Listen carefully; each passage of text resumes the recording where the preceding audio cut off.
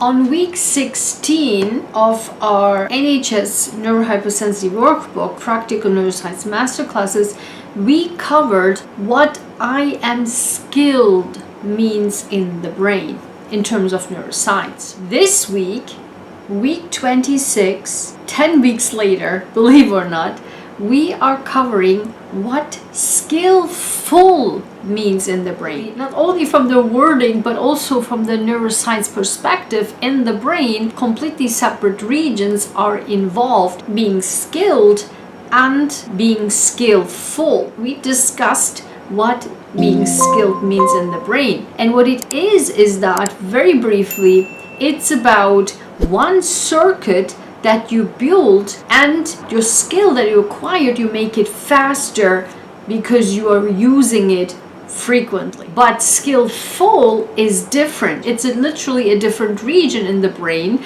that is involved being skillful, because it's about not making one skill more stronger, but it is to adapt skills that you have in a given situation, meaning being flexible and adapt your skills.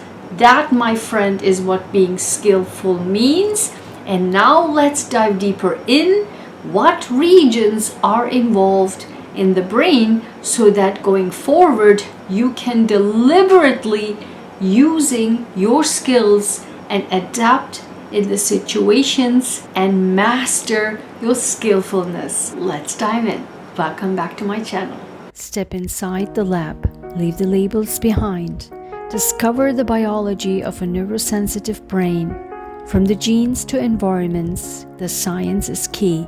Welcome to the truth of neurohypersensitivity, NHS, with Dr. Ayguen Sahin. Welcome back, everybody. My name is Dr. Ayguen Sahin. Yes, a real scientist of 26 years.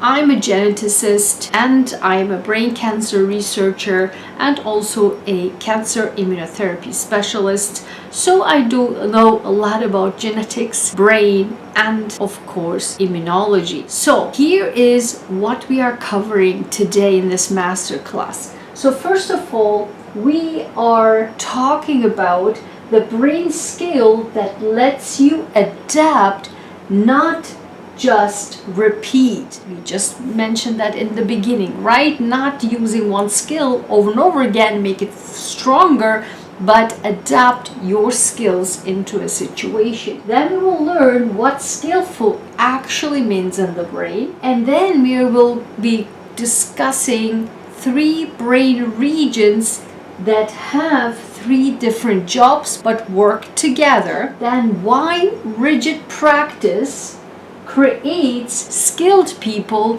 not skillful people.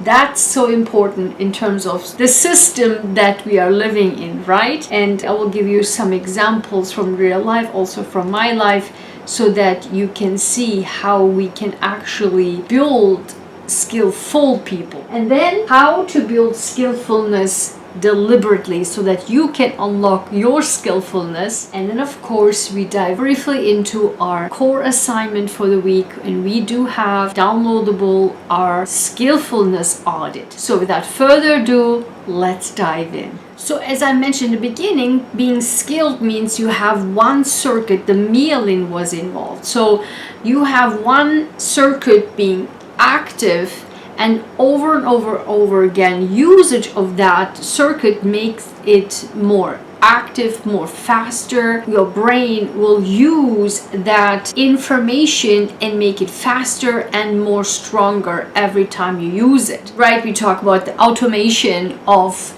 our skills in every single masterclass. We talked about one circuit that we are building and changing our circuits, right, from the negative to positive. That's the rewiring of the brain. New circuits are being built and we use it over and over again. That becomes then automation of that information we are trying to change, right? But being skillful means that we are using our skills and in bits and pieces and adapt into situations. That, my friend, is called cognitive flexibility.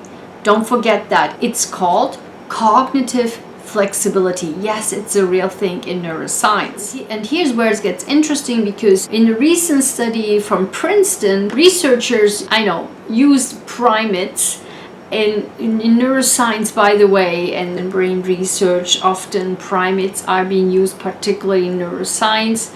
So I personally did a lot of brain surgeries on mice, on rats, but when it comes to primate, I'm staying away of those. So I refuse to do primate anything. I remember in Harvard there was in the naval lab, like monkeys non-stop being carried in cages and stuff. Like, I don't know, I can't. I can't. In any case, in the Princeton, the primate research, they found, interestingly, that the skills are not being stored in the brain as something rigid being stored. Instead, they found that skills are being stored as blocks in the brain.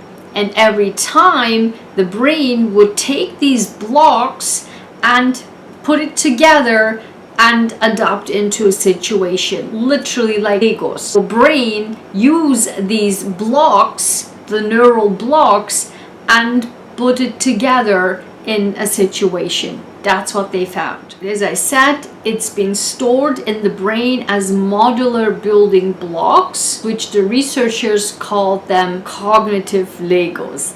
You cannot make this stuff up.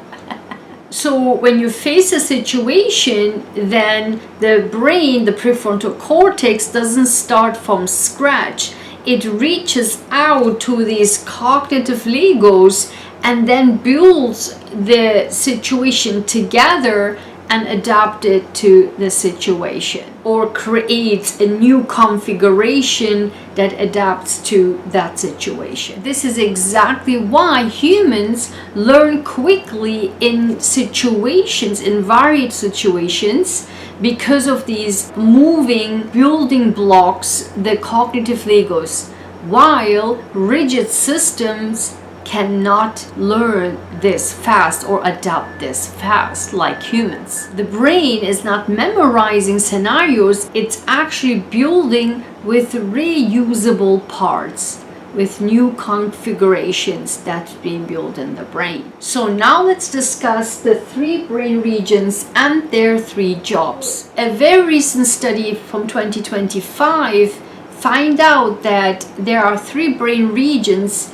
doing exactly this job together and creating this system in the brain. So let's find out what they are. Of course, the prefrontal cortex is the first one. And the prefrontal cortex abstracts the rule from experience. It pulls out the underlying patterns, not just the specific details. And then number 2, the second region is the orbitofrontal cortex. And this region decides which experiences are worth generalizing, which of the past experiences are worth being included into this new situation. Then the third region is the posterior parietal cortex, and this region acts as a sensory history buffer. This region holds the perceptual history of past memories so that it can inform the present situation. And all of these regions together, when they work together, this literally creates a person that is skillful, and this person separates themselves from a skilled person who has only one skill, and perfectly so, which was built over and over and over again and make it stronger and use it faster. But the skillful person using all parts of these regions all together to create the building blocks and adapt to the situation. And now this brings us to why rigid practice creates skilled people, not skillful people. And here's where the trap comes in. As I just mentioned, if you are building one skill that one circuit is so strong that every time you use that skill, it's faster, it's stronger, and you adapt more and more and more into making it better and stronger. But that in the brain does not build from abstraction. It does not learn the underlying rule. So this means that when the situation just slightly shifts, then the adaptation might linger, or will get, maybe you will be frozen. Maybe you will not be able to adjust because you don't know how to maneuver, how to pivot, how to shift, because your brain didn't learn that. The brain didn't learn or come from the underlying adaptation or underlying systems. So cognitive flexibility requires you being in varied situations so that you can faster adapt your skill into a situation, not just practicing,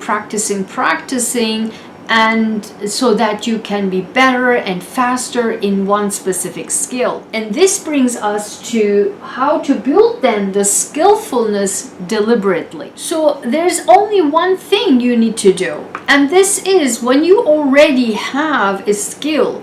This might be, I don't know, great public speaking, you are great in writing, you are great in teaching, you are great in playing a music instrument, you are skilled in transferring the information to the audience awesomely. The way you build skillfulness deliberately is to change and transfer that skill into a different situation, different scenario. For example, if you always taught to school students and they are so excited about how to deliver your work, go to executives and see how can you adjust that great delivery of your work, your skills, your practice, whatever you do, to executives, to see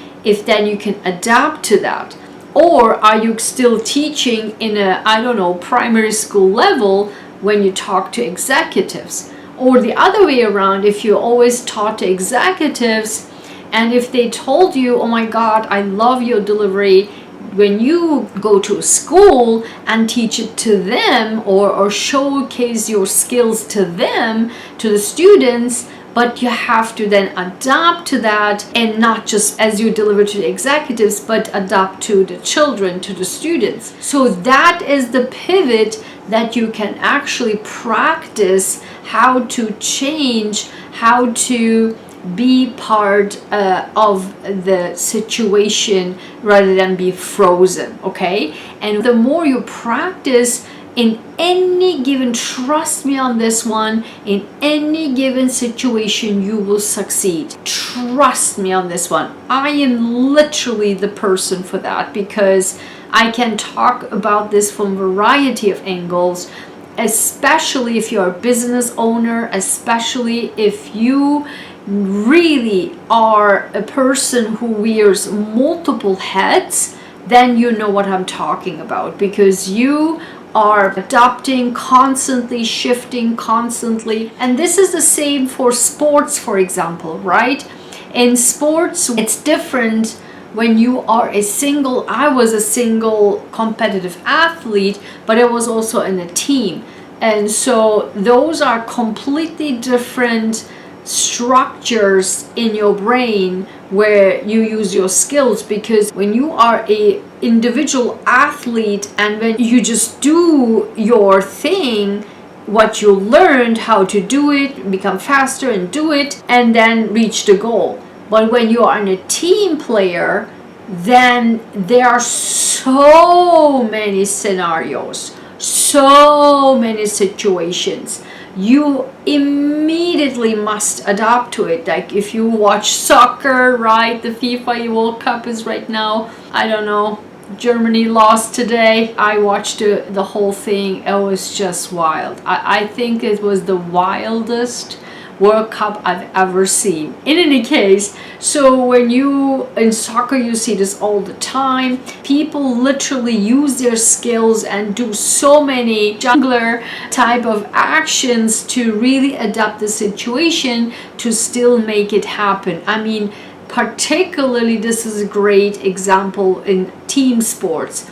You will see that you have to maneuver constantly. Also, 1000% I can tell you, when you are CEO, when you are a founder of a company, I'm telling you, you pivot a million times. Particularly, as I keep saying it, when you have variety of skills, then you also bring it together, as I do, like all my intuitive insights, which is coming up next, and then also my knowledge, and I bring this together. And so every time my brain, I can bring it back and forth, and then I make the whole with it, right? So there's a lot of things you can do. And that brings me to our audit for this week. Our core assignment is the skillfulness audit. And this is also, we are tracking from Monday through Sunday, no dates, but please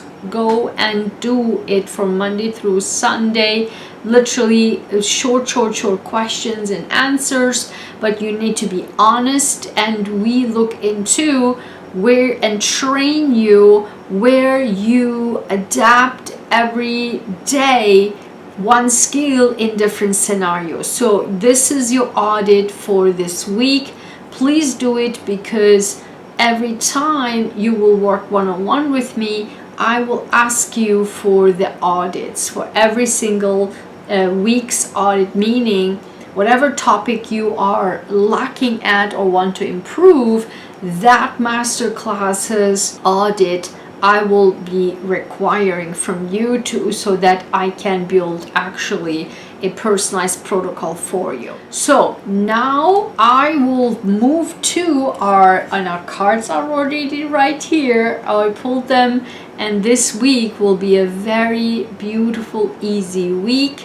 I couldn't believe it how this came out, but you will love it. So right after this, watch the weekly intuitive insights and cognitive focus. See, I just told you, I just bring all of this together. So, but before I go, I will tell you that next week, I mean, it's just so interesting. I can't believe how my cards, the cognitive focus, the intuitive insights are matching with everything, not only what the titles are of the master classes, but also like what comes out, and it matches identically to my life. Is crazy. So you will see the cards came out this very easy week, but next week, our week 27 will be I am cheerful. My goodness, I know where it's heading. I know I already see where it's heading. Cheerfulness, we will talk about cheerfulness. What does it mean in terms of neuroscience and the brain? What brain regions are involved? So hang tight with that. We're doing this next week. As I said, every Sundays we do our journaling of each masterclass. So download your NHS workbook, join us, and also your audits every week. But of course, if you want to all of the 52 masterclasses, all of the protocols, and all of the audits, they're all on my website under the NHS Practical Neuroscience classes. So you apply and to get in. It is currently still under the founders pricing, so hop in there before it goes into full price.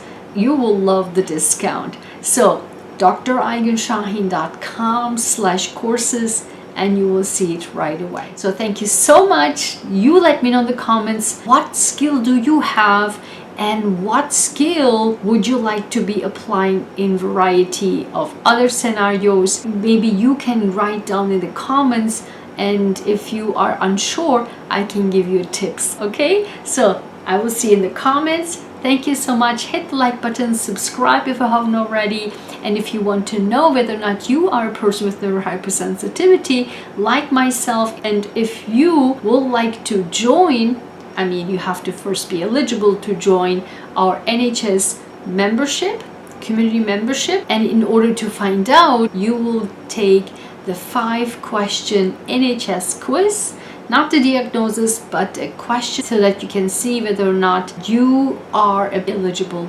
joining our community membership. Okay, so all the links are in the description and in my bio, and I will see you there, here, and on our membership. So take care.